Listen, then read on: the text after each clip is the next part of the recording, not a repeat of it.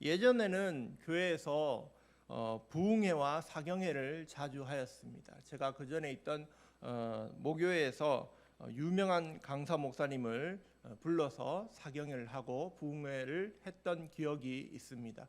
재미난 이야기도 해주시고 그런 퍼포먼스도 보여주시고 했던 것이 기억에 남습니다. 어떤 분들은 일반 예배의 그 설교와 우리의 그 예배 과정들을 일반식 보통 때 먹는 밥이다라고 표현하고 부흥회를 특별식 특별히 먹는 그런 밥이다라고 표현하시기도 하였습니다.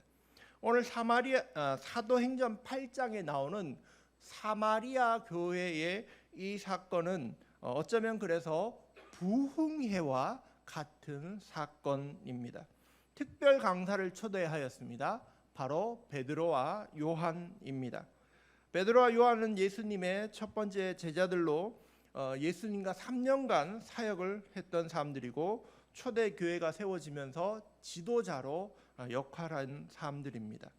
오늘 사마리아 교회는 빌립의 전도로 세워진 곳입니다. 사도행전 7장에서 스데반이 죽고 나자 그 박해로 인하여 많은 사람들이 예루살렘을 떠나게 됩니다. 그래서 근처에 있는 유대 지방에 복음을 전파하고 빌립은 사마리아에 가서 전도를 하였습니다. 빌립이 전도하자 그곳에서 사람들이 복음을 받아들이고 귀신이 쫓겨나고 병이 고침받는 놀라운 일들이 일어났습니다. 사람들이 복음을 받아들이면서 교회가 안정적으로 커져갔습니다.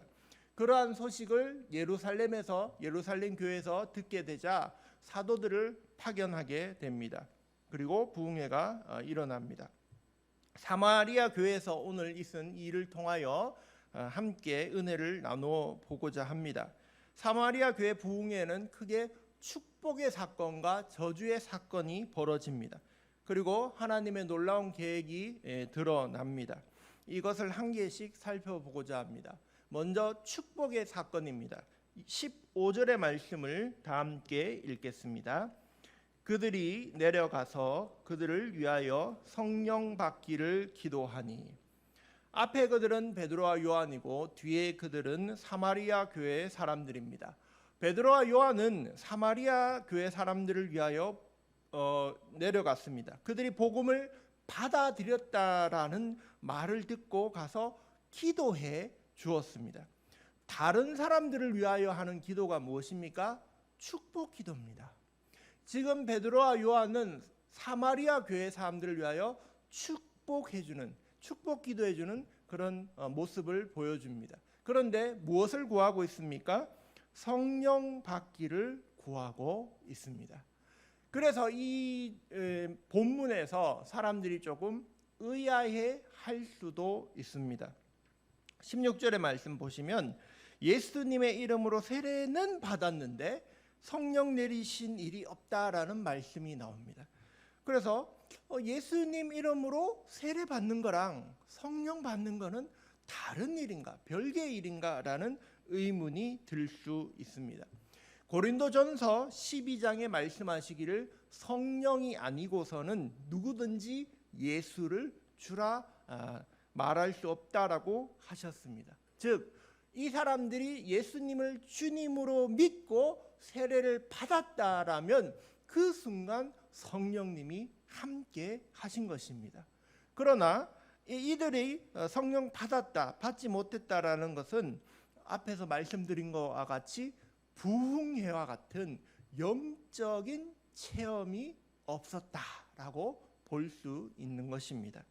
사람들은 예수님을 믿었습니다.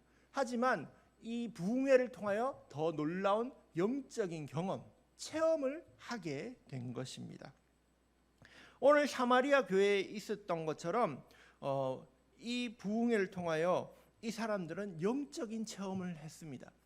이 성령님에 대하여 성경은 크게 한 세 가지 성령론이 등장합니다. 하나는 누가의 성령론입니다. 사도행전과 누가복음은 누가가 썼습니다. 누가의 성령론은 은사를 강조합니다. 성령님이 오셨을 때 불의 혀와 같이 임하고 급한 바람 같이 임합니다. 또 방언을 말하고 그 힘으로 전도를 합니다. 외적으로 보여지는 그런 부분들이 강조됩니다. 또 두 번째 성령론은 요한의 성령론입니다. 요한복음에서는 요한복음 14장에 또 다른 보혜사를 너희에게 주사 영원토록 너희와 함께 있게 하리니라고 말씀하십니다. 요한의 성령론은 함께 하시는 성령님, 우리 안에 거하시는 성령님, 그런 것을 강조합니다. 세 번째 바울의 성령론입니다. 은사에 대해서 교회 하나됨에 대해서 말하고 또한 성령의 열매에 대해서 말씀합니다. 성령의 열매 갈라디아서 5장은 오직 성령의 열매는 사랑과 희락과 화평과 오래 참음과 자비와 양선과 온유와 충성과 온유와 절제라고 말씀합니다. 이 모든 것이 사람의 마음가짐입니다. 마음 상태입니다. 사람의 마음이 성령님으로 인하여 열매 맺을 때 사랑하는 사람으로 바뀌고 충성한 사람으로 바뀐다는 것입니다. 이러한 성품, 내면적인 변화를 강조를 합니다. 오늘 사도행전의 이 사건은 누가의 성령론으로서 성령님을 주고받는다는 그런 표현들이 등장합니다. 누가복음 11장에서도 이러한 표현이 있습니다. 너희 하늘 아버지께서 구하는 자에게 성령을 주시지 않겠느냐, 이렇게 말씀합니다.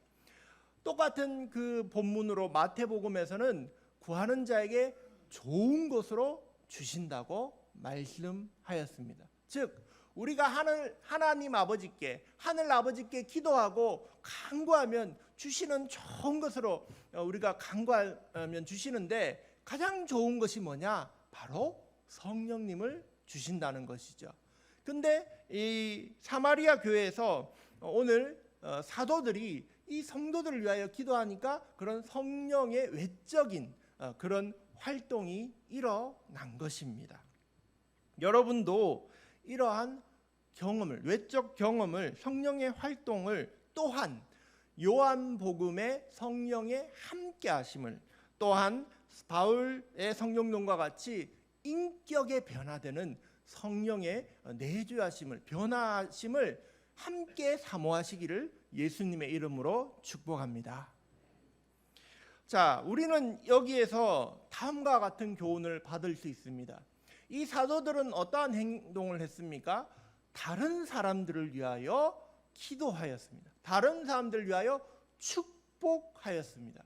그 사람이 어떤 병 낫는 것이나 그것도 중요합니다. 그 사람이 재물이 없어 그런 것이 채워지는 것, 그것도 중요합니다. 그런데 그들이 구한 것이 무엇이었습니까? 성령을 구했습니다. 즉 그들의 신앙을 위하여 기도한 것입니다. 영적인 상태를 위하여 기도하는 것이 가장 중요한 기도의 제목입니다. 여러분은 축복 기도를 해주고 있습니까? 여러분은 다른 이들을 위하여 하나님, 저 사람이 영적으로 충만하게 하여 주십시오, 신앙적으로 바르게 세워지게 하여 주십시오, 이렇게 축복 기도 해주고 계십니까? 제가 고등학교 때, 고3 때 어느 날 이런 생각이 들었습니다. 기도를 한번 해보자 그런 생각이 들었습니다. 기도를 하는데, 기도를 할 때 딴 사람들을 위해서 기도해 주는 게 기도라고 저는 그렇게 생각했어요, 그때. 그래서 그러면 다른 사람들의 기도 제목이 뭔가, 뭘 기도받고 싶은가 물어봐야 되겠다 해서 고3 때 반 아이들한테 물어봤습니다. 야, 내가 이제 너 위해서 기도해 줄 건데 너 기도 제목이 뭐냐? 믿지 않는 아이들한테까지도 다 물어봤어요. 내가 널 위해서 기도해 줄게, 널 위해서 기도해 줄게. 그래서 이렇게 막 받아 적었습니다. 그래서 그 기도 수첩을 만들었던 것이죠. 그래서 밤마다 아이들 위해서 기도해 줬습니다. 또 청년 때는 청년부 다니는 사람들 위해서 기도하는데, 한 사람이, 같은 학년의 한 청년이 교회에 나오지 않는 거예요. 그래서 그 사람의 이름을 놓고 반년 동안 기도를 했어요. 반년 동안 기도를 했더니 교회에 잠깐 나와서 만나게 됐길래, 내가 너를 두고 반년 동안 기도했다 그렇게 얘기를 하니까 나를 위해 기도하는 사람이 있다니 너무 감사하다면서 기뻐하는 모습을 본 적이 있었습니다. 이제 세월이 지나니까 이제 저도 전자화 그리고 디지털화돼서 기도 수첩을 손으로 적는 게 아니라 컴퓨터로 치고 그거를 구글 클라우드 서비스의 파일로 저장해 놓습니다. 그러면 이제 핸드폰으로 볼 수 있거든요. 그래서 새벽마다 그리고 기도할 때마다 그 기도 제목 그 수첩에 있는 사람들을 위하여 기도하고 있습니다. 제가 맡은 유치부라든지 제가 맡은 소년부라든지 그리고 우리 교회 교인들 그분들의 이름을 하나하나 불러가면서 제가 기도하고 있습니다. 비록 짧게 기도하고 있지만 그분이 혹 건강이 안 좋다 그러면 하나님 이분의 건강을 위하여 기도합니다. 혹 그분이 믿지 않는 남편이 있다면 하나님 이 남편도 교회에 나오게 해주십시오. 그렇게 기도를 하고 있습니다. 그 중에 그 명단 중에 가장 긴 명단은 전도 대상자 어린아이의 이름입니다. 지금은 어린아이가 아닐 것입니다. 제가 지난번에 있었던 교회에서 학교 앞 전도를 나갔습니다. 학교 앞 전도를 나가서 글 없는 책으로 아이들에게 보여주면서 봐라 하나님이 세상을 창조하셨어. 네가 죄인이야. 십자가로 구원받아. 너 믿을래? 이제 하면 결단 기도까지 오는 애가 있어요. 그러면 결단 기도 한번 해보자 해서 기도하고 난 다음에 너 이름이 뭐니? 해서 이름을 받아 적습니다. 내가 이제부터 너를 위하여 기도해 주겠다 해서 10년째 기도해 주고 있습니다. 그 아이들이 지금 한 50명 가량 됩니다. 그러니까 10년 정도 지났으니까 이제 청년들이 됐겠죠. 그 아이들을 아직도 새벽마다 위에서 축복 기도해 주고 있습니다. 여러분은 누군가를 위하여 축복 기도해 주고 있습니까?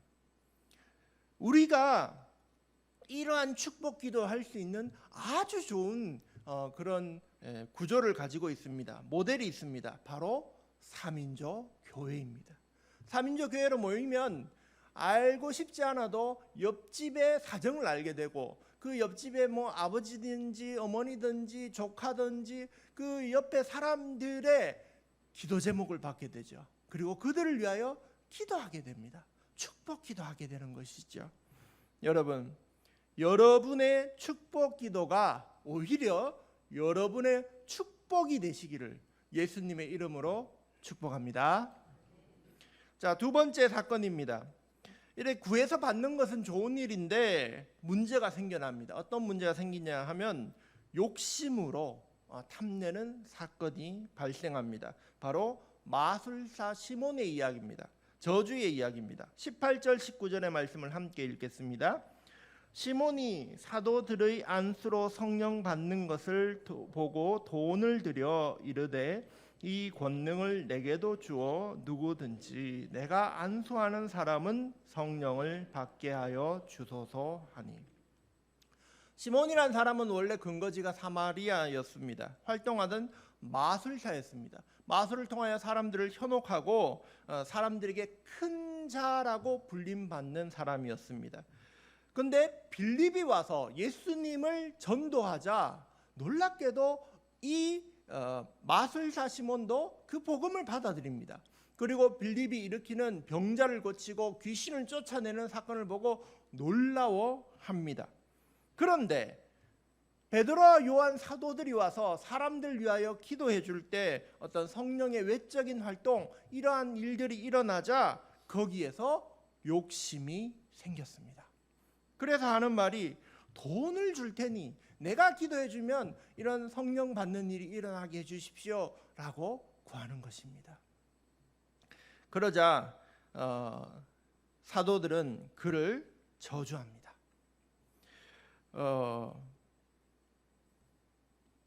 20절 말씀입니다.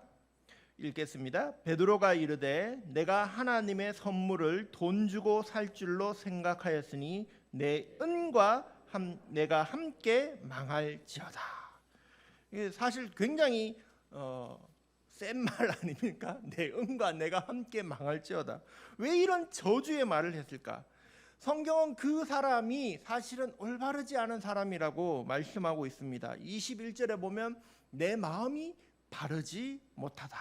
또 22절에 보면 악함을 가진 사람, 또 23절에 보면 악독이 가득하고 불의에 매인 사람으로 그를 표현하고 있습니다.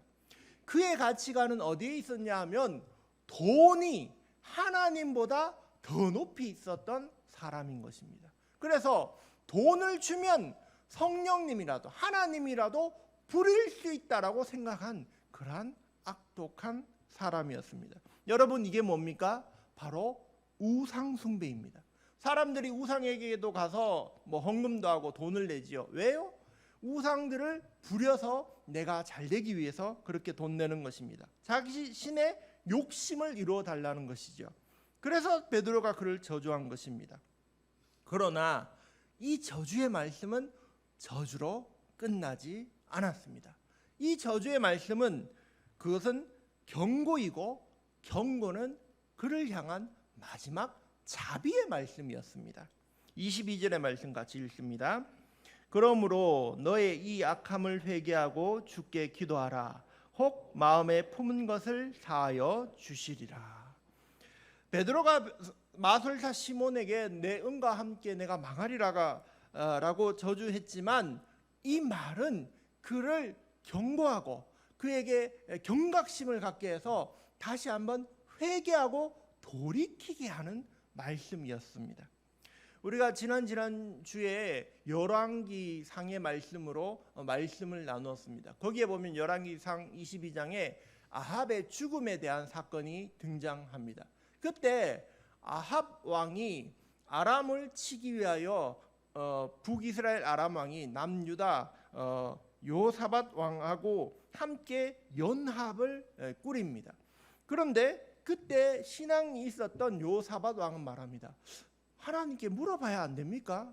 그러자 그 아합 왕이 그럼 선지자를 불러 모아라 해서 한 400명 정도의 선지자를 모읍니다. 그랬더니 전부 다 하는 말이 나가십시오, 승리할 겁니다, 이렇게 말하는 거예요. 근데 자기한테 미운 말만 하는 선지자가 있었습니다.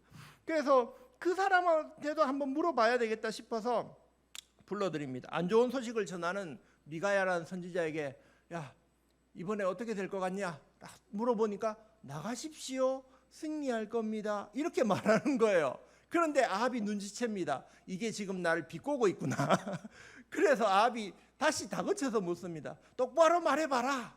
그러니까 그때서야 미가야가 하는 말이 지금 하늘에서 어떤 일이 일어나는 줄 아느냐? 하나님이 이 아합 왕을 누가 꼬셔서 전쟁에 데려가서 죽게 할지 말씀하고 있다. 그래서 거짓의 영이 와서 이 선지자들에게 다 거짓말을 해서 당신을 깨어서 나가서 죽게 하려고 하는 거다라고 그 사실을 말해줍니다. 마지막 경고의 말씀을 아합에게 해준 것입니다.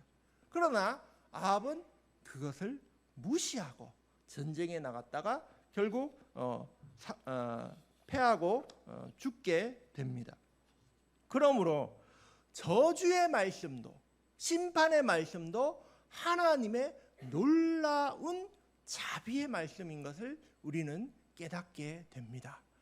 그래서 여기서 우리가 받을 수 있는 교훈은 첫째는 우리는 돈을 하나님보다 더 높은 위치에 두고 있지 않은가 자신을 돌아보아야 됩니다. 내가 돈을 헌금한다고 하나님을 마음대로 부릴 수 있다라고 착각해서는 안 됩니다. 그러면 이 마술사 시몬하고 똑같은 사람이 됩니다. 또 둘째 중요한 것은 나에게 주어지는 엄중한 말씀, 그러한 심판의 말씀이라 할지라도 우리가 그 말씀을 잘 받아들이면 그것은 나에게 복된 말씀이 되는 것입니다. 나를 고치라, 나를 깨닫게 하는 그 말씀을 잘 받아들이면 내가 오히려 회개하고 돌이켜 새 사람이 될 수 있는 기회가 되는 것입니다.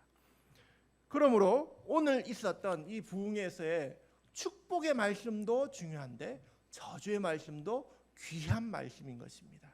할렐루야. 마지막으로 이 사건들에 숨어 있는 한 가지 이야기를 들려드리고자 합니다. 이 일들을 마치고 나서 사도 베드로와 요한이 다시 예루살렘으로 돌아갑니다. 그 이야기를 통해서 하나님의 계획이 드러나는 것을 보게 됩니다. 스데반의 순교가 있었을 때 예루살렘에 있던 신자들은 사도들을 빼놓고, 사도들을 남겨놓고 다 뿔뿔이 흩어집니다. 그리고 뿔뿔이 흩어진 곳에서 복음을 전하게 되었습니다. 하나님의 놀라운 은혜였습니다. 흩어진 사람들, 도망간 사람들이 오히려 하나님의 복음을 전하게 되는 놀라운 계기가 된 것입니다.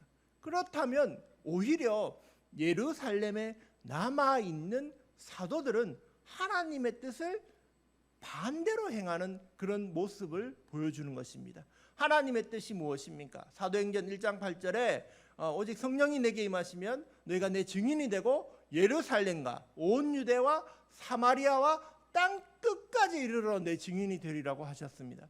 이 사람들은 예루살렘에서 증인의 삶을 살았습니다. 이제 핍박이 유대로 퍼져나갔습니다. 그리고 사마리아에도 하나님이 이 놀라운 복음을 주셔서 사람들이 변화되는 것을 오늘 이렇게 보게 된 것입니다. 그래서 그들이 돌아갈 때 어떻게 했냐? 25절의 말씀 읽겠습니다.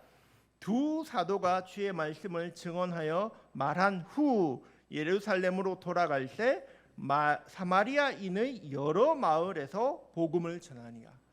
이제 사마리아인들에게도 복음을 전해야 되겠다는 것은 깨닫게 된 것입니다. 하나님의 말씀이 이렇게 흘러가는구나, 중심이 이동되어져 가는구나. 그런데 거기까지인 거예요. 그것을 넘어서서 이방인에게로, 그것 넘어서서 땅끝까지 가야 되는 그것은 하지 못하고 있는 것이죠. 그래서 안타까운 모습을 우리에게 보여주고 있습니다. 여러분, 복음은 계속해서 점점점 퍼져나가고 그리고 이러한 한계를 넘고 경계를 넘어 퍼져나가게 되어져 있습니다.